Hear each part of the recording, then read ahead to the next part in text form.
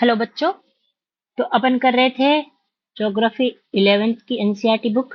ठीक है, अपन ने कल इस लेसन को लगभग कंप्लीट कर लिया था। आज अपन जो है इसमें कुछ चीजें बच गई है, जैसे क्वेश्चंस और ये अपनी परिभाषाएं हैं, ये बच गई है, इनको देखेंगे और इन क्वेश्चंस को देखेंगे। ठीक है, तो करते हैं अपन शुरू। देखिए, भूगोल क्या है, इसके बारे में अनेक विद्वानों ने अनेक मत दिए हैं।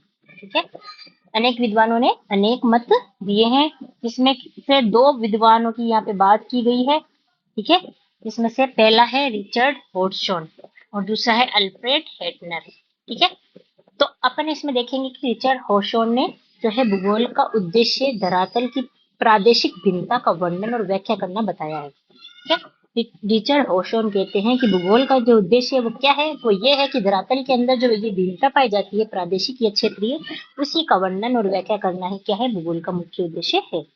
और अल्फ्रेड हेटनर क्या कहते हैं, ये कहते हैं कि भूगोल धरातल के विभिन्न भागों में कारणात्मक रूप से संबंधित तथ्यों में भिन्नता का अध्ययन करता है।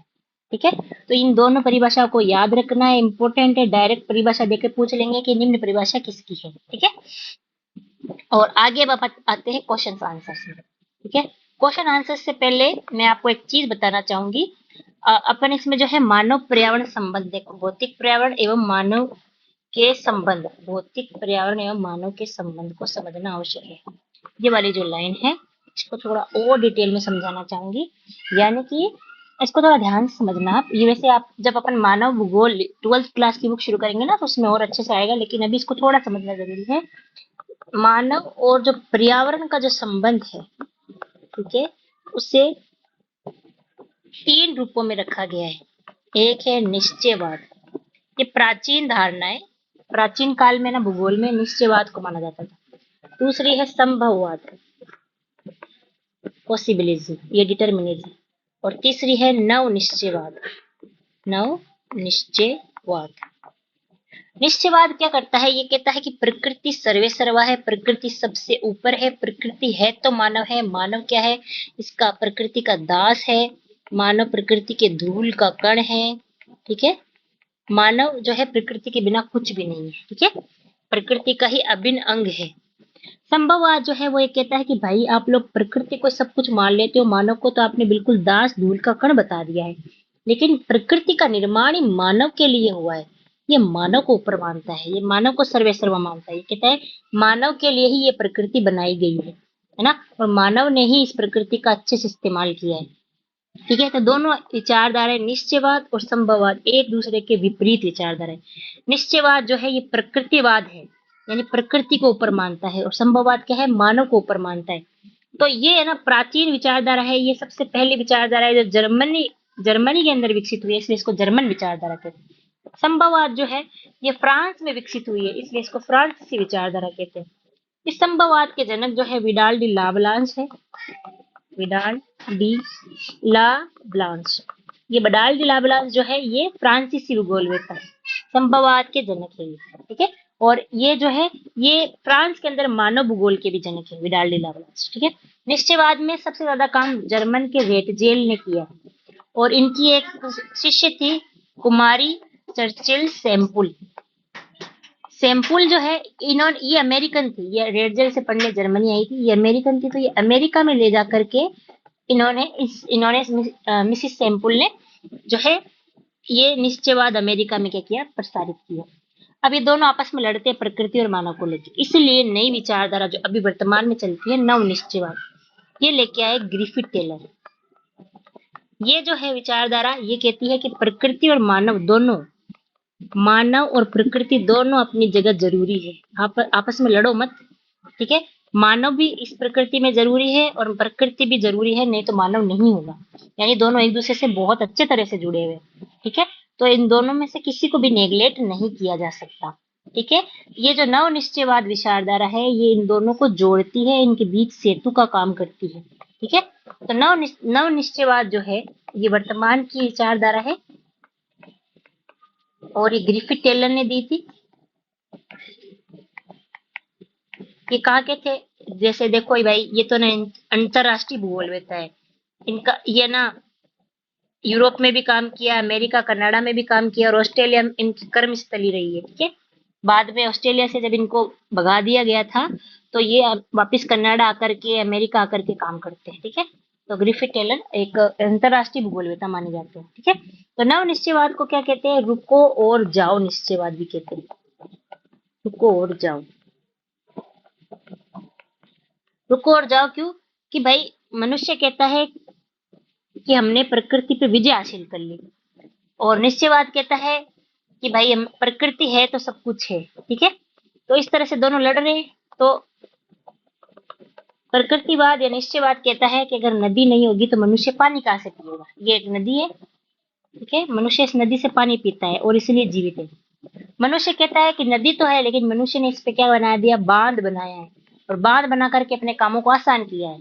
तो मनुष्य का भी यहाँ पे कोई ना कोई अस्तित्व तो है। लेकिन नव निश्चयवाद कहता है रुको और जाओ, यानी कि भाई नदी है प्राकृतिक, बांध जो बनाया है वो कैसा है? वो मानवीय है, सांस्कृतिक है। लेकिन प्रकृति की कुछ बाध्यताएं भी तो है। मान लिया मनुष्य ने बांध बना करके अपने काम को आसान किया है, मान लो ये नदी ऊपर से उतर रही है, तुम कहो कि हम यहाँ पे बनाएंगे पर्वतों में बांध, तो वो इस नदी की गति के कारण ये बांध टूट सकता है। अगर तुम इसे मैदानों में बनाओगे तो ये ज्यादा काम का रहेगा, ज्यादा उपयोगी होगा। ठीक है, तो आपको कोई काम करना है ना मनुष्य को इस प्रकृति में, तो पहले रुकना है, रुक के सोचना है कि यहाँ बनाए कि यहाँ बनाए, कहाँ सही रहेगा, है ना? रुकना है, सोचना है, फिर आगे बढ़ना है। फिर आगे बढ़ना है कि नहीं यहाँ तो बांध टूटने का खतरा है, यहाँ तो नदी की जो गति है तेज होती है पहाड़ों से उतरते टाइम, इसलिए अपन को मैदानों पे बनाना चाहिए। ठीक है, तो इस तरह से प्रकृति प्रकृति और मानव दोनों का सामंजस्य कौन बिठाता है? ये नव निश्चयवाद बिठाता है कि प्रकृति भी अपनी जगह जरूरी है और मानव अपनी जगह जरूरी है, दोनों का अपना अपना एक अस्तित्व है यहाँ पे। ठीक है, तो इस तरह से क्या है? ये नव निश्चयवाद है। ये सब मैं आपको क्यों बता रही हूँ? क्योंकि इसमें मानव पर्यावरण संबंध की बात की गई है, और जो मैंने आपको कल क्वेश्चन दिए हैं ग्रुप में, उन क्वेश्चंस में भी जो है ये निश्चयवाद और संभववाद वाले क्वेश्चन आए हुए, तो आपको थोड़े से आसान हो जाएंगे वो समझने में, इसके लिए मैं आपको ये समझा रही हूँ। ठीक है, अब चले अपन आगे। आगे क्या करेंगे? अपन इन क्वेश्चंस को सोल्व करेंगे। ठीक है, तो देखो पहला क्वेश्चन है, किस विद्वान ने भूगोल शब्द दिया? तो अपन ने पहली क्लास में पढ़ा था कि भाई इरेटोस्थेनीज ने भूगोल शब्द दिया है। कहाँ का विद्वान है?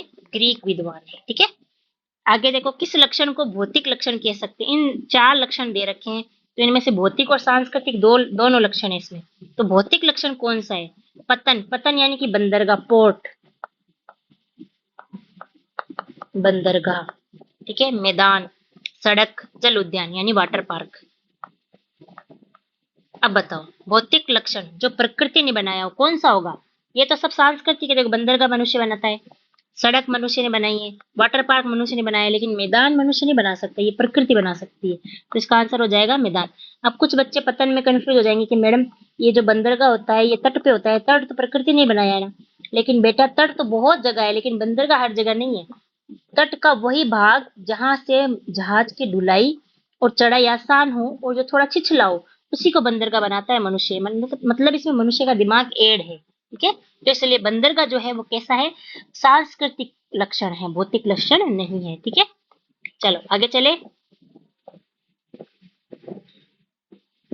आगे देखिए, इस तरफ कुछ प्राकृतिक और सामाजिक विज्ञान दे रखे हैं और इस तरफ भूगोल की शाखाएं दे रखी है। ठीक है, तो मौसम विज्ञान जो है भूगोल में जलवायु विज्ञान के अंतर्गत पढ़ा जाता है। मौसम विज्ञान एक प्राकृतिक विज्ञान है। जनांकी जो है एक सामाजिक विज्ञान है, जिसको अपन जनसंख्या भूगोल में पढ़ते हैं।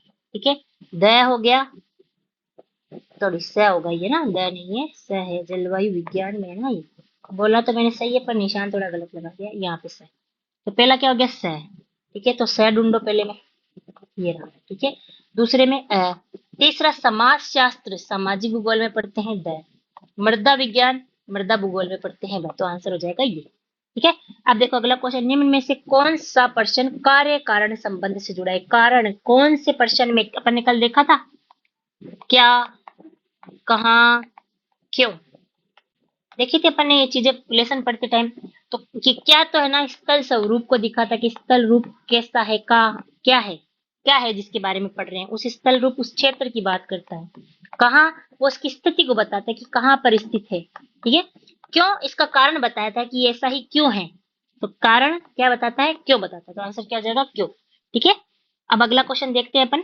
अगला है, निम्नलिखित में से कौन सा विषय, इन सब में से जो कौन सा विषय है इन सब में से, इन 4 विषयों में से कौन सा है जो कालिक यानी समय का संश्लेषण करता है?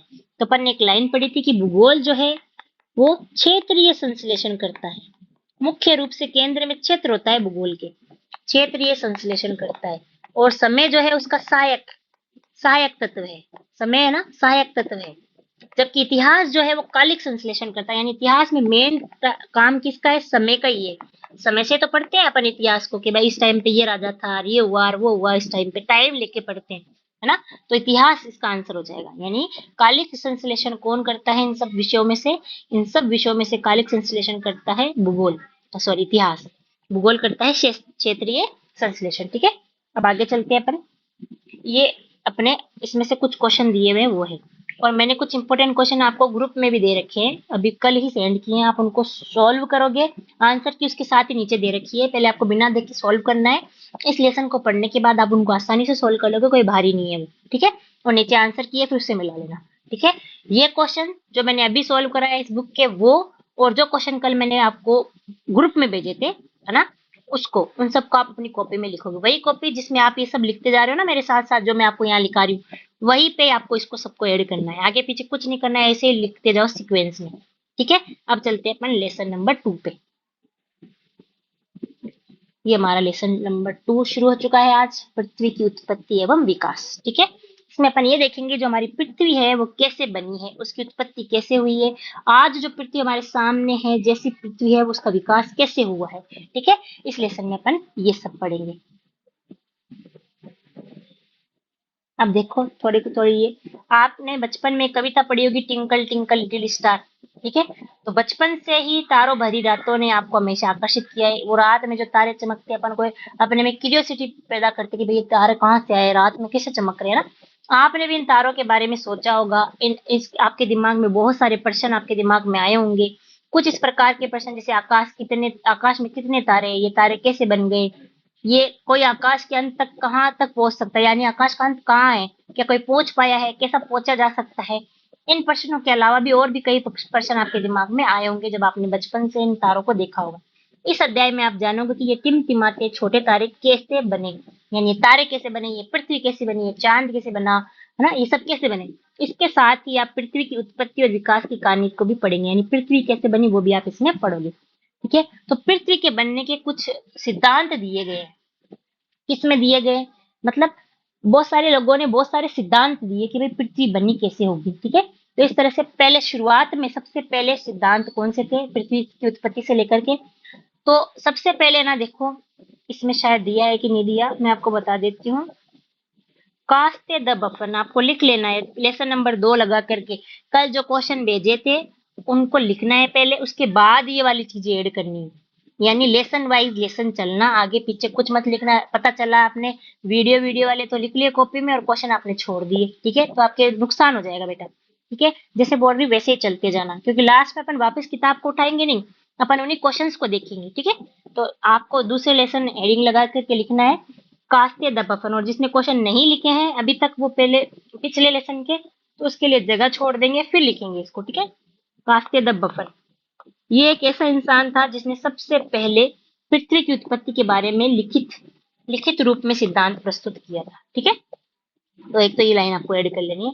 पृथ्वी की उत्पत्ति के संबंध में विभिन्न दार्शनिकों और वैज्ञानिकों ने अनेक परिकल्पनाएं, देखो एक होती है सिद्धांत, एक होता है परिकल्पना। ठीक है, अब ये देखो यहाँ लिखा तो सिद्धांत है, लेकिन मैं आपको कहूंगी आप एक बात ध्यान रखना, सारी की सारी चीजें है ना पृथ्वी से उत्पत्ति से संबंधित सब की सब परिकल्पनाएं हैं। परिकल्पनाएं ऐसी चीजें होती हैं जो सिद्धांत बनने से पहले कल्पना करता है इंसान कैसा हुआ होगा। ठीक है, उस परिकल्पना के ऊपर रिसर्च की जाती है कि हाँ भाई ऐसा हुआ कि नहीं हुआ, और बाद में उसको साबित कर करके उसे सिद्धांत बना दिया जाता है। ठीक है, तो ये अब मैं साबित नहीं कर पाएंगे अपन कि भाई पृथ्वी कैसे बनी, क्योंकि उस टाइम अपन तो थे नहीं जब पृथ्वी बन रही थी, या अपने पास ऐसा कोई एग्जाम्पल नहीं है हमारे सामने कि आज कोई और दूसरी पृथ्वी बन रही है, तो अपन ये कह सकते कि देखो देखो आज ये आज भी तो हो रहा है। तो अपने पास ऐसा कोई मेन एविडेंस नहीं है, ऐसा प्रूफ नहीं है, पुख्ता सबूत नहीं है कि ऐसा ही हुआ होगा। ठीक है, तो ये सारी की सारी परिकल्पनाएं हैं, सिद्धांत नहीं बन पाई, लेकिन अपन इनको सिद्धांत के रूप में पढ़ते हैं क्योंकि अलग अलग लोगों ने अलग अलग तरीके से बताए, तो अपन इनको सिद्धांत के रूप में पढ़ लेते हैं। आया समझ में? अब अपन आगे चलते हैं। तो पृथ्वी की उत्पत्ति के संबंध में अलग अलग दार्शनिकों ने और वैज्ञानिकों ने अलग अलग परिकल्पनाएं दी है। इनमें से एक प्रारंभिक और लोकप्रिय, देखो सबसे पहला तो कास्ते द बफन का था, लेकिन लोकप्रिय जो हुआ सबसे पहला वो थे जर्मन के एक दार्शनिक, दर्शन शास्त्र के काम करने वाले इमैनुअल कांट। ठीक है, इमैनुअल कांट, कांट इसको नाम, कांट के नाम से याद करो।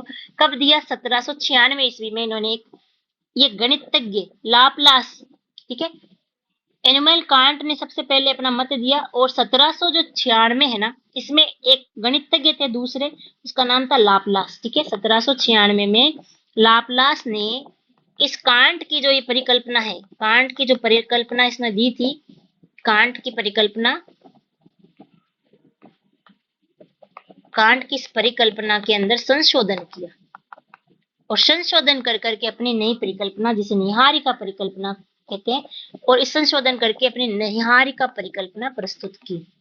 अब आपको ये लिखना है कि नहीं लिखना है, अभी मत लिखो, मैं आपको पूरी की पूरी एक सारणी देने वाली हूँ, वो सारणी आपको उतारनी है। ठीक है, पहले अपन इसको समझ लेते हैं, फिर सारणी उतारेंगे। ठीक है, तो इसको निहारिका परिकल्पना कहते हैं। तो निहारिका परिकल्पना किसने दी? क्वेश्चन आ सकता है, किसने दी? लाप्लास ने दी। सबसे लोकप्रिय मत किसका है? कांट का। सबसे पहला मत किसका है? कास्ते द बफन का, जो मैंने अभी लिखाया था आपको ना, कास्ते द बफन, ये सबसे पहला मत था। ठीक है, इस परिकल्पना के अनुसार, इस निहारिका परिकल्पना की बात हो रही है, इसके अनुसार ग्रहों का निर्माण धीमी गति से घूमते हुए पदार्थों के बादल से हुआ है, जो सूर्य की युवा अवस्था से संबंधित थे।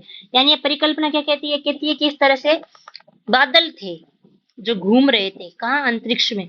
और ये घूमते हुए बादल जो है ना, इन घूमते हुए बादल से क्या सूर्य बना है, और इसी बादलों से आगे जाके क्या बना है? ग्रह बने हैं। ठीक है, इस ये परिकल्पना ये बात बताती है। आगे जाके 1900 में चेम्बरलिन और मोल्टन नाम के दो विद्वान हुए। उन्होंने कहा कि ब्रह्मांड में एक अन्य भ्रमणशील तारा था जो सूर्य के नजदीक से गुजरा। ठीक है, एक और दूसरे आदमी आए, कौन नाम था उनका? उनका नाम था चेम्बरलिन, और उनके साथ एक आदमी और थे, मोल्टन। ठीक है, इन दोनों ने कहा कि नहीं नहीं, ऐसा नहीं हुआ। एक्चुअल में क्या हुआ? हमारा सूर्य था, ठीक है, ये अंतरिक्ष में हमारा सूर्य पहले से ही था, ठीक है, लेकिन उसके पास ग्रह नहीं थे। ठीक है, लेकिन ये कोई तारा दूर से घूमता हुआ आ रहा है अंतरिक्ष में, और घूमता घूमता सूर्य के पास से गुजरा। ठीक है, नजदीक से गुजरा, इसके कारण से तारे के गुरुत्वाकर्षण से सूर्य की सतह से सिगार के रूप में ये इधर से घूमता घूमता आ रहा है, बिल्कुल पास से होकर के सूर्य के जा रहा है इधर। ठीक है, ये इस तरह से जा रहा है, तो सूर्य में से क्या हुआ?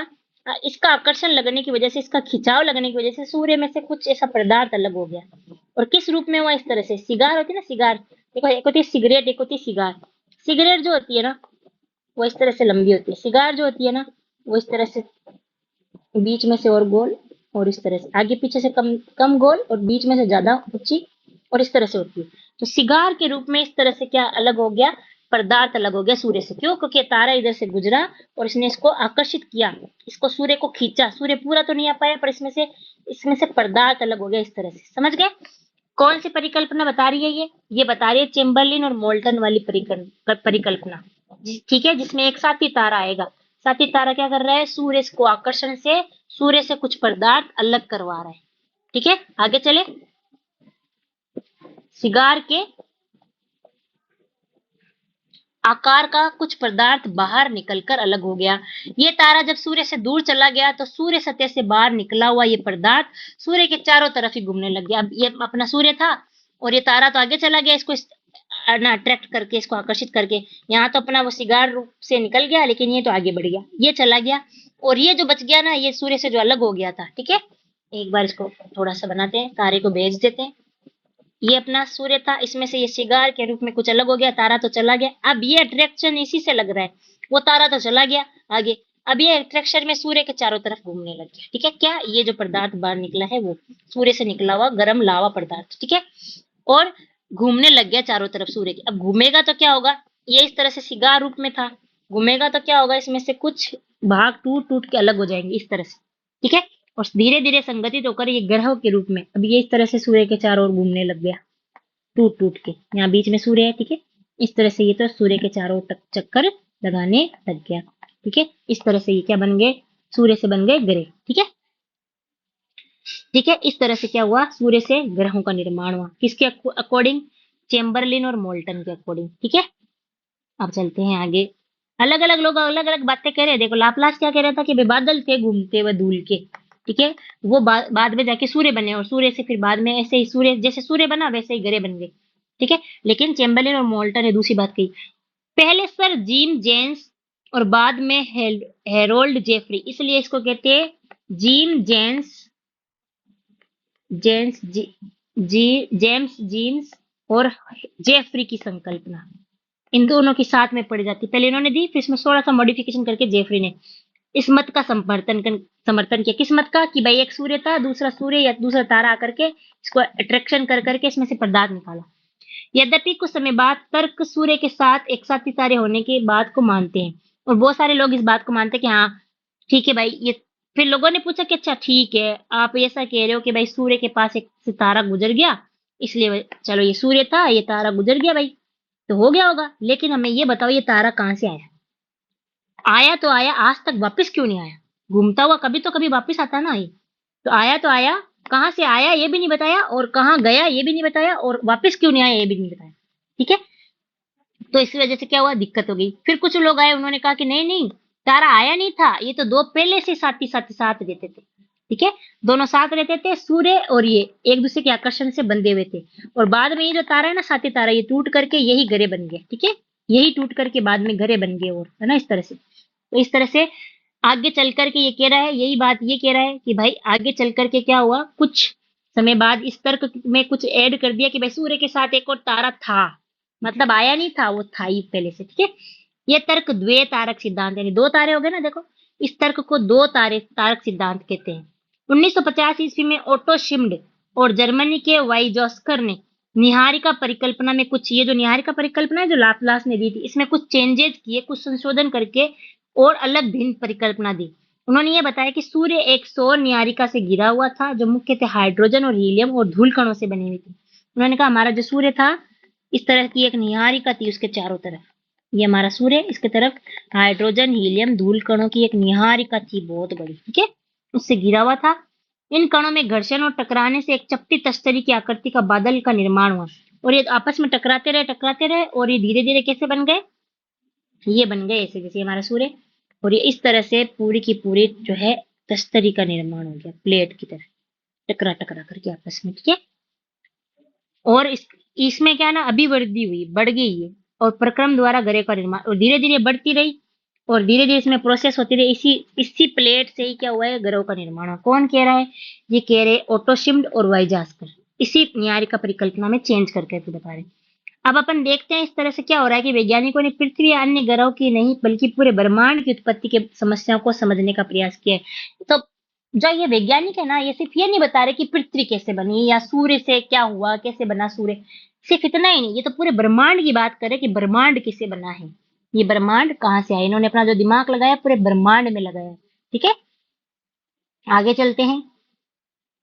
ये तो हो गए पुराने सिद्धांत। ठीक है, अब अपन चलते हैं आज के सिद्धांत, नए आधुनिक सिद्धांत।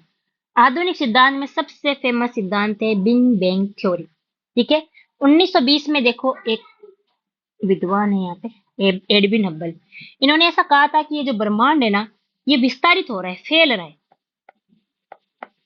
कल ये ब्रह्मांड इतना था, ठीक है, परसों ये इतना हो जाएगा, फिर ये इतना हो जाएगा, यानी दिन ब दिन ये फैल रहा है।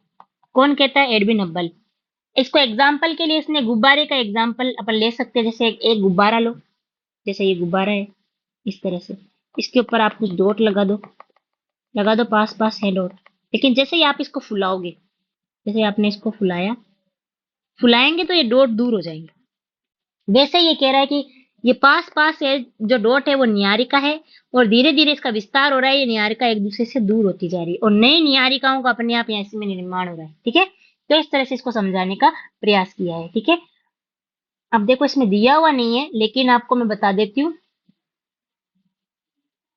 क्या बता देती हूँ कि भाई ये जो बिग बैंग थ्योरी है, इसको सबसे पहले दिया किसने था? तो 1927 में जॉर्ज लेमेत्रे, लेमेत्रे कहीं लेमत्रे ऐसे नाम आएगा, लेमेंद्रे है ना, इन्होंने इसको सबसे पहले दिया था बिग बैंग थ्योरी को। ठीक है, अब अपन एक बार से इसको लाइन टू लाइन पढ़ लेते, क्योंकि अपन एनसीईआरटी लाइन टू लाइन ही पढ़ रहे हैं, तो एक भी लाइन मिस नहीं करेंगे, क्योंकि एक एक लाइन में कोई ना कोई अर्थ निकल के आ ही रहा है हमारे पास।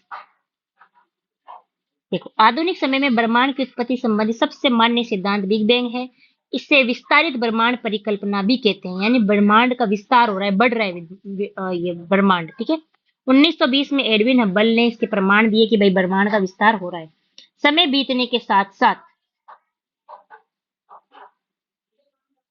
समय बीतने के साथ आकाश गंगा एक दूसरे से दूर हो रही है, विस्तार भी हो रहा है। ये जो आकाश गंगाएं हैं, ये निहारिकाएं हैं, ये दूर हो रही है। आप प्रयोग करके देख सकते हैं ब्रह्मांड का विस्तार कैसे हो रहा है। जैसे कि एक गुब्बारा लो, उसके ऊपर कुछ निशान लगाओ, मैंने बता दिया अभी आपको।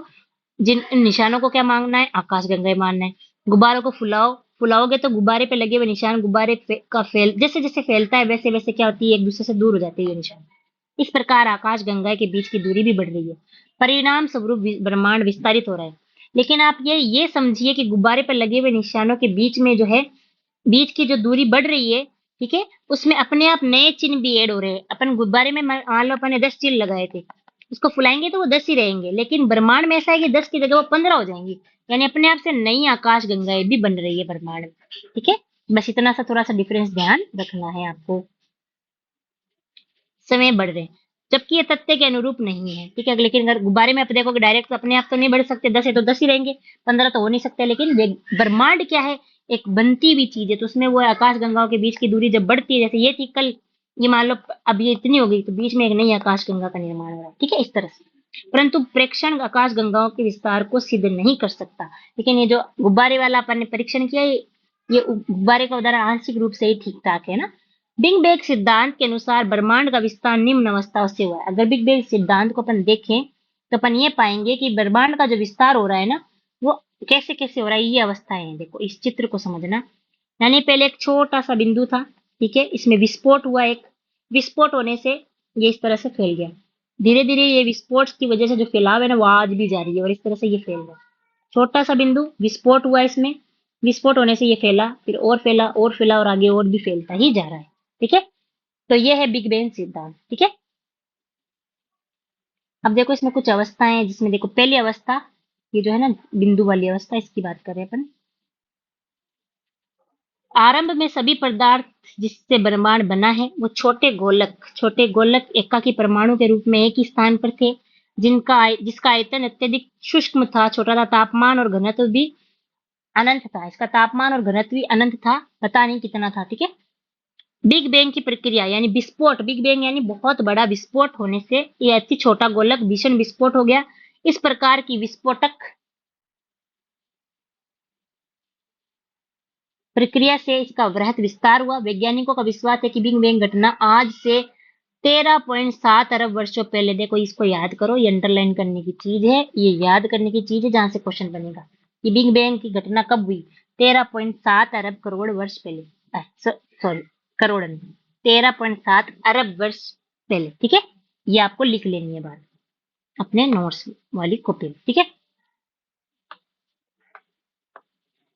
अब देखो ब्रह्मांड का विस्तार आज भी जारी है। वैज्ञानिक ये भी मानते हैं कि ब्रह्मांड का विस्तार आज भी जारी ही है, ठीक है।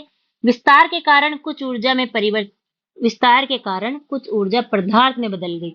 विस्फोट के बाद 1 सेकंड के अल्पांश के अंतर्गत, यानी 1 सेकंड का टाइम लगा है, ये बहुत ज्यादा बढ़ गई 1 सेकंड में। इसके बाद विस्तार की गति धीमी पड़ गई। यानी जब स्टार्टिंग में विस्फोट हुआ ना, यहाँ पे देखो, यहाँ पे जो ये स्टार्टिंग में विस्फोट हुआ ना, अचानक से इतनी ज्यादा बढ़ गई, फिर धीरे धीरे बढ़ी है, समझ गए। पूरा नीचे आ भाई, ठीक है। बिग बैंग होने के आरंभ के 3 मिनट के अंतर्गत ही पहले परमाणु का निर्माण हो गया। छोटे छोटे जो परमाणु थे, पहला परमाणु बना। बिग तीसरी अवस्था में क्या है, बिग बैंग के 3 लाख वर्षों के दौरान तापमान 4500 केल्विन तक नीचे गिर गया। बहुत ज्यादा था पहले, अनंत तक था, अब कम हो गया। परमाणु पदार्थ का निर्माण हुआ, और उन्हीं परमाणु पदार्थों से क्या हुआ, ये जो ग्रह उपग्रह चांद तारे हैं वो बने, और ब्रह्मांड पारदर्शी हो गया। पारदर्शी यानी हमें आज जो है ब्रह्मांड पारदर्शी है भाई, आपको आर पार दिखता है, आगे पता नहीं क्या है, ठीक है। यहाँ पे आपको दिख रही है कोई ग्रह है, कोई तारा है, ठीक है, आसपास आपको बिल्कुल पारदर्शिता दिखेगी, ठीक है। आगे देखते हैं। ब्रह्मांड के विस्तार का अर्थ है आकाश गंगाओं के बीच की दूरी का विस्तार होना। यानी ब्रह्मांड का विस्तार हो रहा है, मतलब इन ये जो आकाश गंगाएं दिख रही है ना, इनके दूरी का विस्तार हो रहा है। देखो यहाँ देखो पास पास है, यहाँ देखो थोड़ी दूर हो गई, ठीक है। यहाँ ये पास थी, ये यहाँ से दूर हो गई, यहाँ पे ये पास थी, ये दूर हो गई, ठीक है। इस तरह से दूरी बढ़ रही है। होयल ने इस का विकल्प स्थिर अवस्था संकल्पना के नाम से प्रस्तुत किया। होयल ने एक नई परिकल्पना दी जिसमें इसने कहा स्थिर अवस्था। ये कह रहा है कि ब्रह्मांड के अंदर इन आकाश गंगाओं के बीच की दूरी नहीं बढ़ रही है। ठीक है, इसको थोड़ा सा ध्यान रखना है कि ऐसा कौन सा विद्वान है जो स्थिर मानता है, किसको, इस विस्तार को स्थिर मानता है। वो ये नहीं मानता कि विस्तार में जो है आकाश गंगाओं के बीच की दूरी बढ़ रही है। ठीक है, इस संकल्पना के अनुसार ब्रह्मांड किसी भी समय में एक ही जैसा रहा है। ये कहती है कि भाई स्थिर था, अपन कह रहे ना फैल रहा है ऐसे ऐसे बिग बैंग में, ये कह रहा है कि ऐसा नहीं था, एक जैसा ही था शुरू से। यद्यपि ब्रह्मांड के विस्तार संबंधी अनेक प्रमाणों के मिलने पर वैज्ञानिक समुदाय ब्रह्मांड विस्तार सिद्धांत को ही पक्षधर है। लेकिन अब जो है ना इतने सारे अपन को कुछ प्रमाण मिल गए हैं बहुत सारे, जिससे ये पता चलता है कि हाँ ब्रह्मांड का विस्तार हो रहा है। इसलिए ये स्थिर अवस्था संकल्पना क्या हो गई, आज के जमाने में रिलेवेंट नहीं है ना। लेकिन फिर भी याद रखना है कि भाई दी किसने थी, स्थिर अवस्था पर संकल्पना होयल ने दी थी। क्वेश्चन आ सकता है भाई किसने दी, ठीक है, लेकिन ये रिलेवेंट नहीं है। रिलेवेंट कौन सी है, बिग बैंग थ्योरी ही रिलेवेंट है। ठीक है, तो इस तरह से ये अपना पृथ्वी की उत्पत्ति मतलब ब्रह्मांड की उत्पत्ति देख रहे हैं अभी अपन। ठीक है, अब तारों की उत्पत्ति देखेंगे। ब्रह्मांड की उत्पत्ति अपन ने देख ली, अब अपन देखते हैं तारों की उत्पत्ति। तारों का निर्माण, तारों का निर्माण कैसे हुआ। देखो, प्रारंभिक ब्रह्मांड में ऊर्जा और पदार्थ का वितरण समान नहीं था। कहीं ज्यादा ऊर्जा थी, कहीं कम थी, कहीं पदार्थ बहुत सारे इकट्ठे थे, कहीं नहीं थे ही नहीं। घनत्व में आरंभिक भिन्नता से गुरुत्वाकर्षण बलों में भिन्नता है। अब घनत्व की भिन्नता थी इसलिए गुरुत्वाकर्षण बल की भिन्नता भी पाई जाती थी, जिसके परिणाम स्वरूप पदार्थ का एकत्रण हुआ और गुरुत्वाकर्षण के कारण आपस में पदार्थ एक दूसरे से अट्रैक्ट हुए और क्या हुआ, एकत्रण हो गया, इनका इकट्ठे हो गए। यही एकत्रण आकाश गंगाओं के विकास का आधार बना। यानी पदार्थ इकट्ठे होते होते ही तो आकाश गंगाएं बनी। और ये आकाश गंगाएं असंख्य अनगिनत तारों का समूह है। आज की जो आकाश गंगा है ना, इसके अंदर बहुत सारे तारे। हमारा जो सूर्य है ना, वो भी मिल्की वे नाम की आकाश गंगा में, और उसमें भी बहुत सारे सूर्य है। यानी सूर्य एक तारा ही है भाई। सूर्य ना तारा ही है, सूर्य ही चमकता है। हमारे जो ग्रह, हमारे चांद है ना, ये नहीं चमकते। चांद पृथ्वी ये सब सूर्य से, सूर्य के प्रकाश से चमकते हैं। तो तारा तो सूर्य ही है। ठीक है, तो उसमें भी बहुत सारे तारे हैं, बहुत सारे सूर्य हमारे मिल्की वे में। लेकिन उसमें से एक हमारा सूर्य है जिसके अंदर 8 ग्रह हैं, जिसमें पृथ्वी भी है। ठीक है, इस तरह से तो इसमें कई सारे तारे होते हैं, किसमें, एक आकाश गंगा में। आकाश गंगाओं का विस्तार इतना अधिक होता है कि इनकी दूरी हजारों प्रकाश वर्षों में मापी जाती है। आप अपने यहाँ पे चलता है ना 1 किलोमीटर 2 किलोमीटर, ऐसा नहीं चलता। अंतरिक्ष में जो है प्रकाश वर्ष में मापा जाता है दूरी को। ठीक है, एक अकेली आकाश गंगा का व्यास 80,000 से 1,50,000 प्रकाश वर्ष के बीच होता है। एक आकाश गंगा का व्यास देख लो आप, 80,000 प्रकाश वर्ष से लेकर के 1,50,000 प्रकाश वर्ष के बीच हो सकता है। ठीक है, एक आकाश गंगा के निर्माण की शुरुआत हाइड्रोजन गैस से बने विशाल बादल के संचयन से होती है। यानी आकाश गंगा बननी जैसे ऐसे मानते हैं कि विशाल बादल हो गए थे इस तरह से विस्फोट होने के बाद, और इनका संचयन हुआ आपस में मिले जुले हाइड्रोजन गैस से, जिसे निहारिका कहते हैं। इन्हीं निहारिकाओं से क्या बनी है, आकाश गंगाएं बनी है। क्रमश से बढ़ती हुई निहारिका के में गैस के झुंड विकसित हुए। ये झुंड बढ़ते बढ़ते घने गैस ये पिंड बन गए, जिनसे तारों का निर्माण हुआ। ये गैस ये पिंड क्या है, तारे। आपको पता होगा सूरज जो है हमारा सूर्य, इसमें भी हाइड्रोजन और हीलियम का संलयन होता रहता है, नाभिकीय संलयन होता है। इसीलिए इसमें से क्या निकलती है, आग की लपटें निकलती है। तो इन्हीं से देखो हाइड्रोजन से बनी है ना ये निहारिकाएं, और ये गैस ये पिंड जिनसे तारों का निर्माण यानी सूर्यों का निर्माण हुआ। ऐसा विश्वास किया जाता है कि तारों का निर्माण लगभग आज से 5 से 6 अरब वर्ष पहले हुआ। ये चीजें अंडरलाइन करने की, तारों का निर्माण कब हुआ, क्वेश्चन आएगा कब हुआ, आज से 5 से 6 अरब वर्ष पहले हुआ। अभी अपन ने एक क्वेश्चन ऊपर किया था, कौन सा किया था, किसका निर्माण हुआ था उसमें, ये देखो किसका, ब्रह्मांड का निर्माण। ब्रह्मांड का निर्माण जो है बिग बैंग की घटना कब हुई थी, ब्रह्मांड में बिग बैंग की घटना कब हुई थी, 13.7 अरब वर्ष पहले। और तारों का निर्माण कब शुरू हुआ, 5 से 6 अरब वर्ष पहले। ठीक है, अब चलते हैं आगे। देखो अब जो प्रकाश वर्ष में बता रही थी ना कि किलोमीटर में नहीं नापते, प्रकाश वर्ष में, इसको समझते हैं। सर प्रकाश वर्ष क्या है, समय नहीं है। ठीक है, ये दूरी है। ठीक है, ये दूरी का माप है, ध्यान रखना। क्वेश्चन आ सकता है प्रकाश वर्ष है, समय का माप, दूरी का माप, दोनों का माप किसी का नहीं, तो दूरी का ही है। दूरी है ये, किलोमीटर में नापते हैं ना पृथ्वी पे, वैसे अंतरिक्ष में प्रकाश वर्ष में मापते हैं। कैसे मापते हैं, प्रकाश की गति 3 लाख किलोमीटर प्रति सेकंड। यानी 1 सेकंड में एक प्रकाश की किरण जो है 3 लाख किलोमीटर दूर जा सकती है। हमारा जो किलोमीटर है ना 3 लाख किलोमीटर, उतनी दूर जा सकती है प्रकाश की एक किरण 1 सेकंड में। ठीक है, विचारणीय है कि एक साल में प्रकाश जितनी दूरी तय करेगा, यानी एक साल के अंदर ये जो प्रकाश, अब देखो एक सेकंड, एक साल में कितने सारे सेकंड होते होंगे, तो एक साल में जितना प्रकाश दूरी तय करेगा वही एक प्रकाश वर्ष होगा। ठीक है, इस हिसाब से बनाया गया। अब देखो अंतरिक्ष में क्या है भाई, तुम लोग फीता लेके तो जा नहीं सकते हो, अंतरिक्ष में क्या है, प्रकाश की किरणें ही है ना, उन प्रकाश की किरणों के माध्यम से अपन क्या करते हैं, दूरी को मापते हैं। ठीक है, इसलिए यहाँ पे प्रकाश वर्ष को बनाया गया। अब देखो यह 9.461102 किलोमीटर के बराबर है, यानी एक प्रकाश वर्ष का मान कितना है, क्वेश्चन आ सकता है। एक प्रकाश वर्ष बराबर है, ये लिख लेना साइड में, इसका मान है 9.46, इतना भी ध्यान रख सकते हो तो भी बहुत है, 9.46 किलोमीटर। ठीक है, पृथ्वी और सूर्य की औसत दूरी 14,95,98,000 किलोमीटर, इसको भी अंडरलाइन कर लो भाई, ये भी बहुत इंपॉर्टेंट चीज है, पूछ लेते हैं कि पृथ्वी और सूर्य की औसत दूरी कितनी है।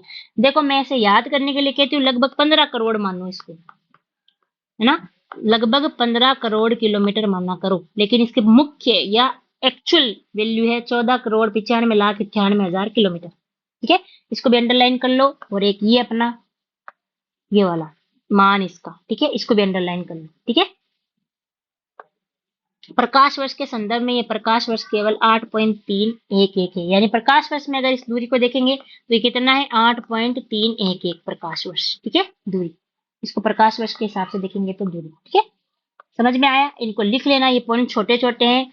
ठीक है, लागे छोटा पर घाव करे घना, सुना होगा आपने ये, तो ठीक है, ये दिखने में छोटा लग रहा है पर क्वेश्चन आता है ना तो फिर घाव हो जाता है हमारे, नहीं नहीं आए तो क्वेश्चन। ठीक है, अब देखो यह है ग्रहों का निर्माण, ग्रहों का निर्माण कैसे हुआ, एक बार से मैं आपको ना ये चीजें लिखा देती हूँ कि भाई ये जो परिकल्पना अपन ने पढ़ी है ना, कि कौन कौन सी परिकल्पना कब कब आई, पुरानी नहीं है ना, इसका एक फोटो है मेरे पास, आप उसको लिखो। ठीक है, मैं दिखाती हूँ आपको,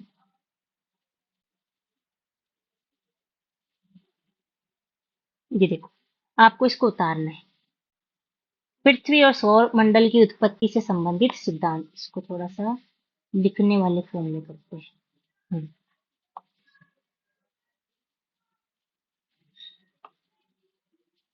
ठीक है, ये लिखना है इसी तरह से जिस तरह से लिखा हुआ है। देखो गैसीय परिकल्पना किसने दी, कांट ने दी, ये सिद्धांत न्यूटन के गुरुत्वाकर्षण के नियम पर आधारित था, जो ये कांट ने दिया था ना, इसने इसके हिसाब से दिया था। फिर आई निहारिका परिकल्पना, लाप्लास ने दी थी, किसमें संशोधन करके, कांट की इस गैसीय परिकल्पना में संशोधन करके। फिर आई ग्रहणु परिकल्पना, जो चेम्बरलिन और मोल्टन ने दी थी। ठीक है, मैंने पढ़ाई है अभी आपको इसमें। फिर आई ज्वारीय परिकल्पना, जो जिम जेम्स और जेफरीज ने दी थी, इसको भी पढ़ाया है। उसके बाद आई द्वे तारक परिकल्पना, ये सब एक तारक यानी एक किसी एक चीज से बन रहा है इसमें, ग्रह सूर्य पृथ्वी सब किसी एक चीज से। अब आए दो तारक, जिसमें सबसे पहले थे रसेल, फिर आया होयल और लिंटन। ठीक है, उन्होंने सुपरनोवा की परिकल्पना दी। ठीक है, कि भाई एक तारा घूमते घूमते आया। अंतर तारक धूल परिकल्पना, ये ओटो शिम्ट ने दी थी। अंतर तारक मेघ परिकल्पना, या इसे विद्युत चंबकीय परिकल्पना भी कहते हैं, ये दी थी अल्फ्वेन ने। परिभ्रमण या ज्वारीय परिकल्पना, ये दी थी रास्टजन ने। बृहस्पति सूर्य दे तारक परिकल्पना ई एम डॉर्बी ने दी है। ठीक है, और सिफिड परिकल्पना एस जी बनर्जी ने दी है। निहारिका मेघ परिकल्पना वान वाइज सेकर ने दी है। आदिम ग्रह परिकल्पना क्वीपर ने दी है। और ये जो महान विस्फोटक सिद्धांत है बिग बैंग थ्योरी, ये जॉर्ज लेमेंटेर ने दी है, इसको लेमेत्रे भी लिखते हैं कहीं पे, ध्यान रखना। ठीक है, और ये 1927 में दी है। ठीक है, इसको आप ऐसे लिख लो। आप यहाँ पे वीडियो को पॉज करके, मैं एक बार इसको मिटा देती हूँ ताकि आप इसको आराम से लिख सको, कुछ भी आपको कितना, इसको आप लिख लो, वीडियो पॉज करके लिख लेना, मैं आगे बढ़ रही हूँ। ठीक है, तो ये हो गया अपना, यहाँ पे इसको कर देते हैं बंद, वापस खोल लेते हैं अपना। ठीक है, चलो अब अपन पढ़ेंगे ग्रहों का निर्माण। देखते हैं कितना फिर स्थल मंडल का विकास आ जाएगा पृथ्वी पर। ठीक है, यहाँ तक पढ़ेंगे अपन। ठीक है, आज चलो चलते हैं ग्रहों का निर्माण। देखो ग्रहों के विकास के निम्नलिखित अवस्थाएं मानी जाती है। पहली है तारे निहारिका के अंदर गैस में गुंथित झुंड है। ठीक है, तारे कैसे बने, कि निहारिका जो है ना, ये गैस से मिलकर बनी और इससे तारे बने। ठीक है, इन गुंथी जुटों में गुरुत्वाकर्षण बल से गैसीय बादल में क्रोड का निर्माण हो, सेंटर बन गया और इस गैसीय क्रोड के चारों तरफ गैस और धूलकण की घूमती हुई तश्तरी का निर्माण हो गया। ठीक है, ये गैस थी, ये एक सेंटर बन गया और ये जो है ये चीजें तश्तरी में बदल गई, यानी कुछ ऐसा हुआ।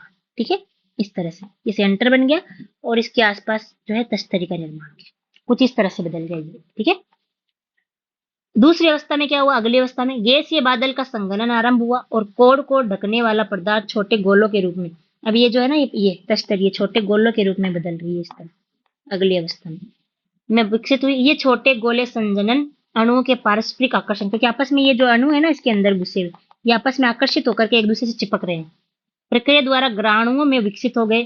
संगठन की क्रिया द्वारा बड़े पिंड बनने शुरू हो गए, यानी आपस में चिपकने लगे और बड़े पिंड बनने लगे इस तरह से, और गुरुत्वाकर्षण बल के परिणाम स्वरूप ये आपस में जुड़ गए। ठीक है, इस तरह से ये कुछ गोले बन गए, ये केंद्र था और ये गोले बनते चले गए। ठीक है, तीसरी अवस्था अंतिम अवस्था, जुड़ गए छोटे पिंडों की अधिक संख्या ही ग्राणु है, यानी छोटे छोटे पिंड है इसके अंदर, इसे ग्राणु कहते हैं, ऐसा अणु जिससे ग्रह बना हो। ठीक है, अंतिम अवस्था में इन अनेक छोटे छोटे ग्राणुओं ने सहवर्धित होने पर कुछ बड़े पिंडों का रूप ले लिया। अभी है ना जैसे ये छोटे छोटे थे ये आपस में और जुड़ के ये और बड़े बन गए। ठीक है, इस तरह से आपस में जुड़ जुड़ के बड़े ग्रहों के रूप में बदल गए।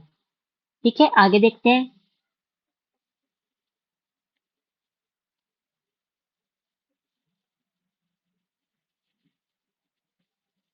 कहाँ से है भाई, सौर मंडल आ गया, चलो सौर मंडल से पढ़ते हैं। मुझे लग रहा है कि कहीं ये नीचे वाला नहीं है, नहीं नहीं है, यहीं से है। ठीक है, चलो सौर मंडल। अब जो हमारा सौर मंडल है उसके बारे में, हमारे सौर मंडल में कुल कितने ग्रह हैं, 8 ग्रह हैं। ठीक है, सौर मंडल का मैं एक बार से आपको चित्र दिखा देती हूँ। ये हमारे सौर मंडल का चित्र है, ये हमारा सूर्य है, इसको भी सेम वही करना पड़ेगा, लिखने लगे तो ये हमारा सूर्य है, ये हमारा सूर्य, बुध शुक्र पृथ्वी, पृथ्वी का नंबर तीसरा है, फिर है मंगल, फिर है बृहस्पति शनि अरुण वरुण, इस तरह से कितने ग्रह टोटल 8। ठीक है, इसको इसी तरह से रखते हैं वही साइड में और अपनी फाइल वापस खोल लेते हैं। इधर आ इधर,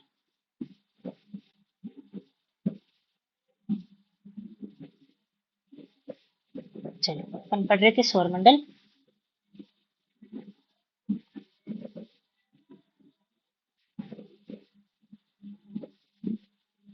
ठीक है, चलो तो सौर मंडल में कुल 8 ग्रह हैं, अपन ने इसमें देख लिया।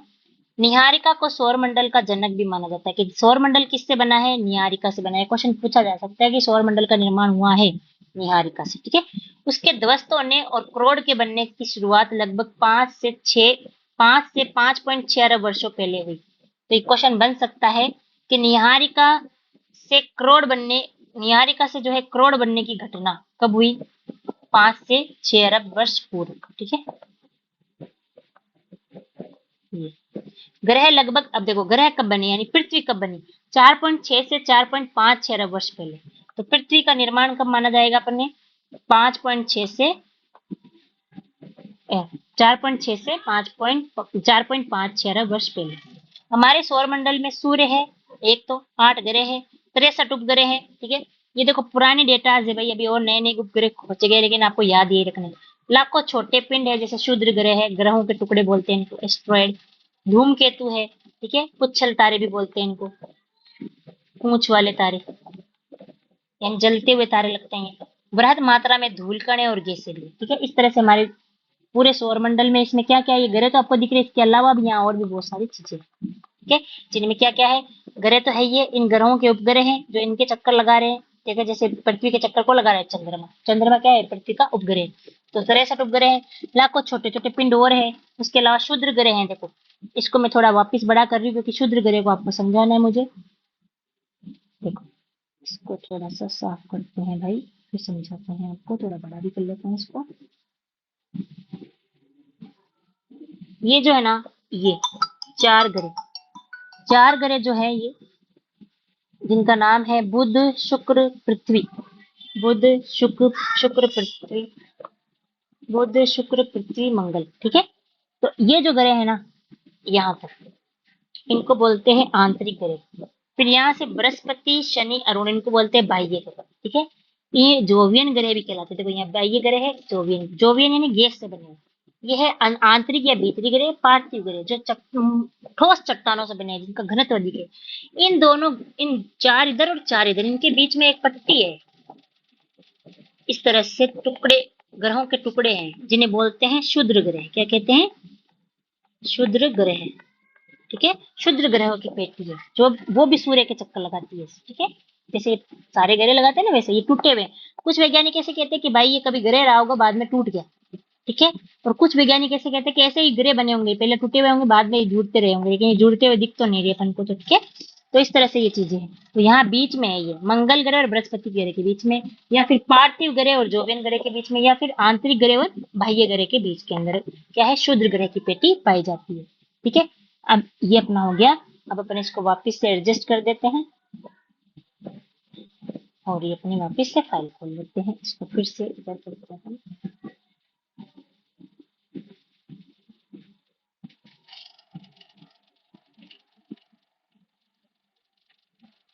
चलते हैं अपन वापस।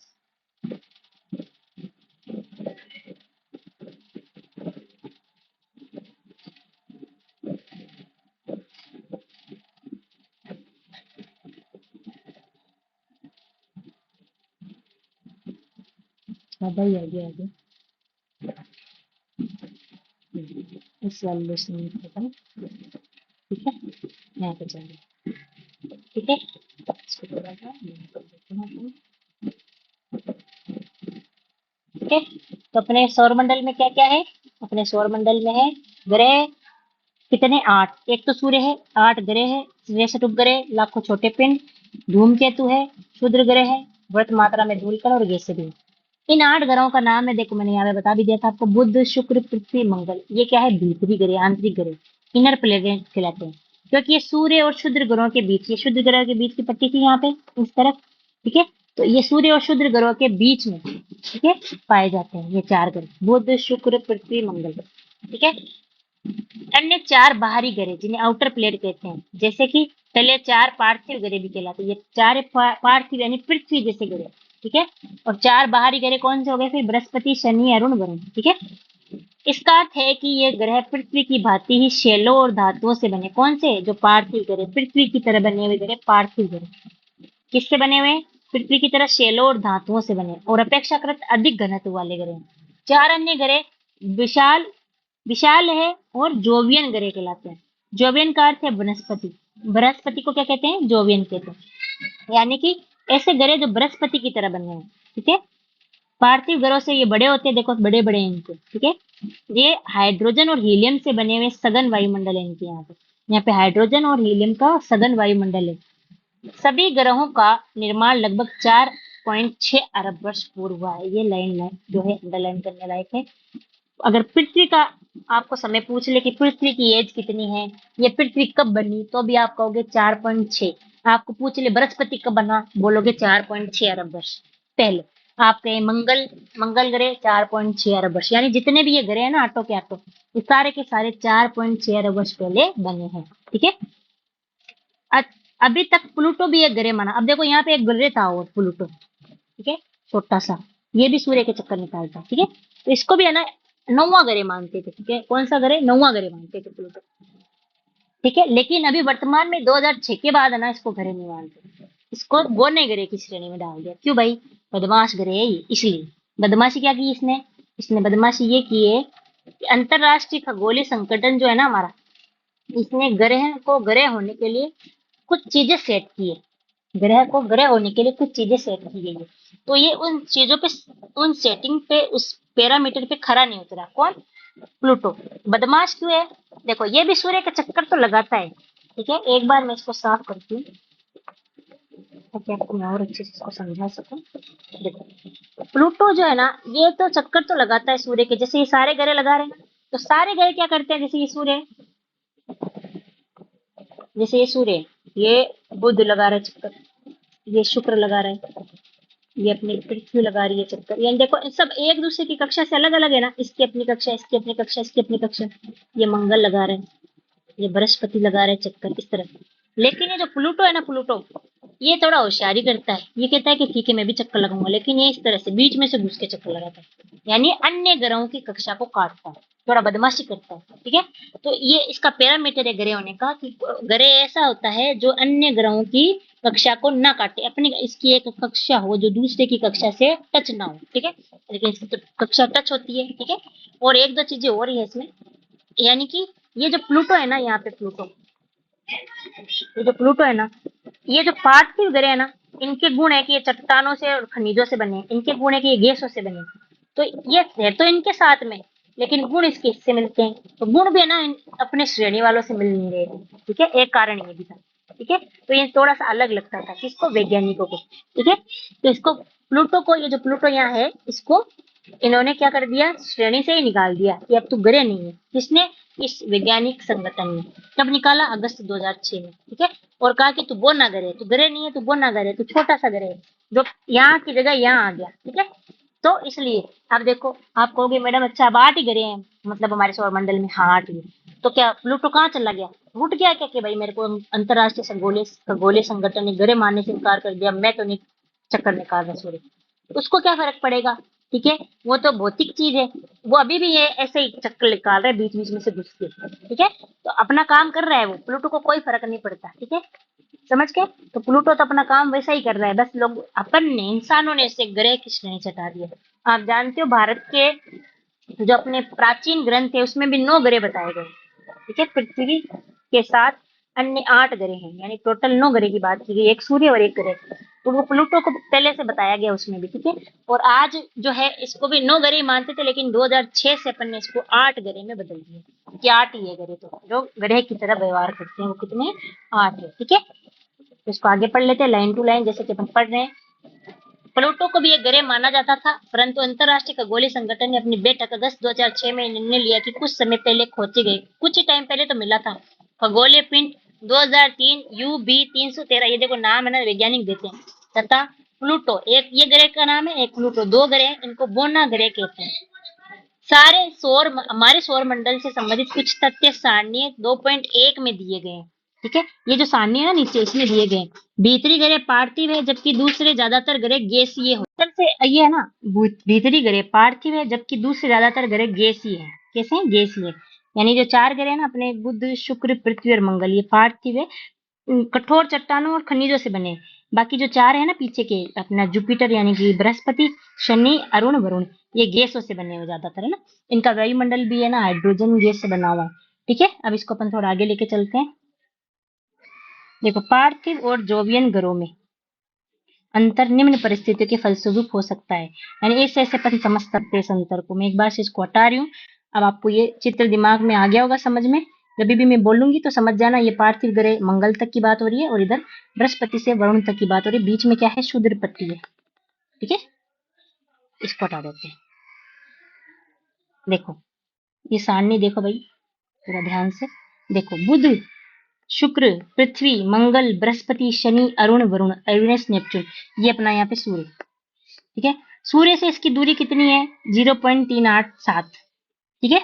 इसकी 0.723, इसकी 1.0, ठीक है, दूरी है ये इस तरह से, ठीक है। इसको याद नहीं करना है आपको, बस याद रखना है कि ये पास में सबसे पहला ग्रह, नंबर याद रखना है, ये दूसरा, ये तीसरा, ये चौथा, ये पांचवा, ये छठा, ये सातवां, ये आठवां। घनत्व, इसका घनत्व कितना है, 5 इसमें थोड़ा ध्यान रखना, आप जैसे जैसे आगे जाओगे घनत्व कम होता जाएगा। देखो सबसे ज्यादा घनत्व किसका है, 5.4, इसका नहीं है, पृथ्वी का है, देखो फिर मंगल का है सबसे ज्यादा, इस तरह से देखना, थोड़ा सा कंपेरिजन करना, ठीक है। यानी अपन ये देख रहे हैं पार्थिव ग्रहों का जो घनत्व है ना वो ज्यादा है, देखो बुध 5.4, शुक्र 5.2, पृथ्वी 5.5, आपको ये याद रखना है कि पृथ्वी का घनत्व कितना है, 5.7 है, बस इतना याद रखना है। और पृथ्वी से ज्यादा किसका है, मंगल का, 3, सॉरी मंगल का नहीं, सबसे ज्यादा पृथ्वी का है, 3.9 है, 5.9 नहीं है, ठीक है। फिर देखो इधर ये पार्थिव ग्रह यहाँ खत्म हो गए, यहाँ से शुरू हो रहे अपने जोवियन ग्रह, 1.3, 3 ऊपर से 0.70, यहाँ 1.17, 1.66, कम होता जा रहा है ना। देखो यहाँ तो बिल्कुल शनि का तो सबसे कम घनत्व है, ठीक है। सबसे कम घनत्व किसका है, शनि का, बस ये 2 चीजें याद रखना। सबसे ज्यादा किसका है, पृथ्वी का है, कितना है, 5.7 है, सबसे कम किसका है, 0.7 किसका है, शनि का है। आया समझ, आगे चले। इसका अर्ध व्यास, ये ऐसा है, याद नहीं करना है बिल्कुल भी। उपग्रह कितने हैं? बुध का एक भी नहीं है, शुक्र का एक भी नहीं है, पृथ्वी का एक है, चंद्रमा। मंगल के दो है, फबोस डिमोस, फबोस और डिमोस, डीमोस। ठीक है। बृहस्पति के 16 है, भी और भी बढ़ गए, 30 से अधिक है शनि के, यूरेनस के 17 है, नेपच्यून के 8 है, और भी खोज हो चुकी है अभी। ठीक है। आगे अपन को तो इस पृथ्वी का याद रखना है, दो एक है, और पृथ्वी की बहन कौन है? जुड़वा बहन मंगल ग्रह। ठीक है। इस मंगल के दो हैं, इतना याद रखो बस। सूर्य से दूरी खगोलीय एकक में है, एक दूरी जो है ये खगोलीय एकक में बताएगी, यानी प्रकाश वर्ष में, 0.387 प्रकाश वर्ष, ये प्रकाश वर्ष में। अर्थात अगर पृथ्वी के माध्यमान की दूरी 14,95,98,000 किलोमीटर है तो एकक के बराबर है, ये एक एकक के बराबर है, इसको एक एकक माना गया है। ठीक है। इसके हिसाब से यही घनत्व जो है ग्राम प्रति घन सेंटीमीटर में लिया गया है। अर्धव्यास जो है भूमध्य रेखीय अर्धव्यास के हिसाब से, हमारी जो भूमध्य रेखा है उसका अर्धव्यास लिया गया है। ठीक है। जो कि कितना है, हमारे पृथ्वी की भूमध्य रेखा का अर्धव्यास 63,638 6,378.137 किलोमीटर। ठीक है। इस तरह से इसको मापा गया है। याद क्या रखना है? बस इतना याद रखना है कि पृथ्वी का घनत्व सबसे ज्यादा है, कितना है? 5.5 है। सबसे कम किसका है? शनि का है। ठीक है। यार ये फिर से वापस शुरू हो गया।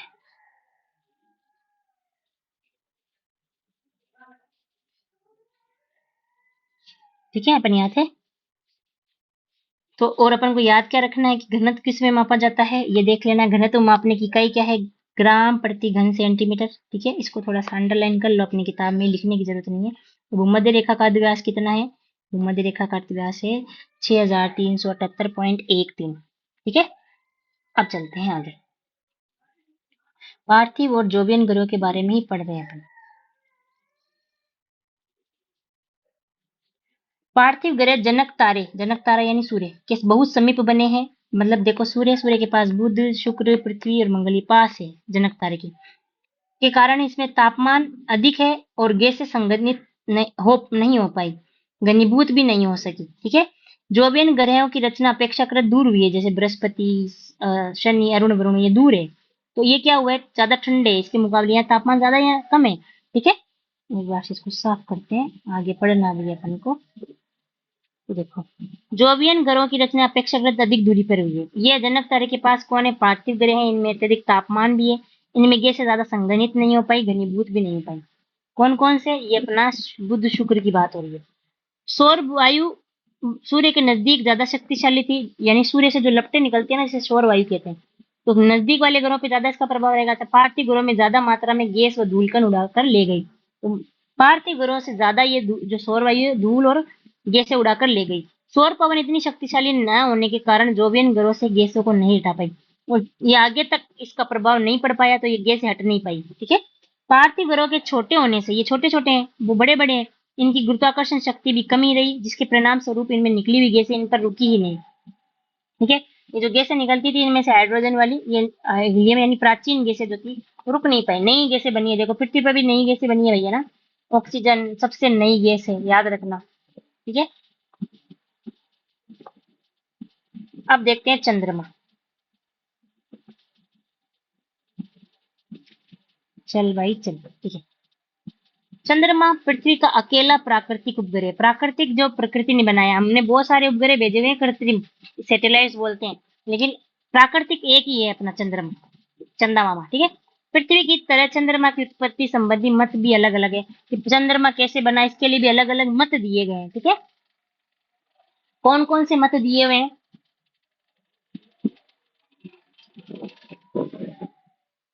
मतों में देखते हैं अपन।